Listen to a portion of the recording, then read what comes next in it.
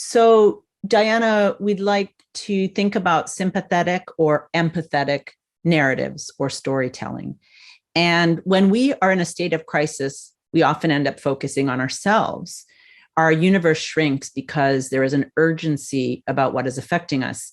And this seems to naturalize making others out of outsiders. But that isolates the self from the collective, even though many people are experiencing the crisis. Mm. And in this case of heightened survival-driven withdrawal, resources for healing or survival seem limited, chosen, and strategically invested into.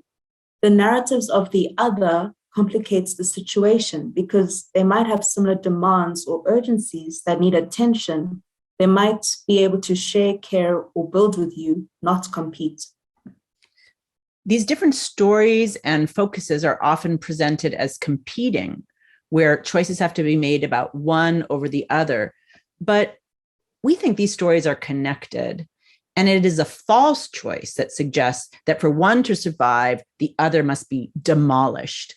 For one to be right, the other must be wrong. The competing stories framework leads to polarization, and hence a lot of our stories are understood as counter stories, counter narratives, responses, and conflict-ridden contestations. That's why we'd like to introduce to you the idea of sympathetic or empathetic narratives, where we recognize the multiple stories and often contradictory or differently oriented perspectives that make up a crisis.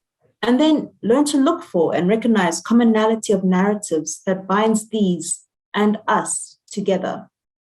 Narrative change can be a way to map, extend, and reorientate the crisis, leading to a condition where different, divergent, and multiple stories can coexist. In this space, we also can learn to speak in the voice of the other and hold the stories of others with care towards collective resolution.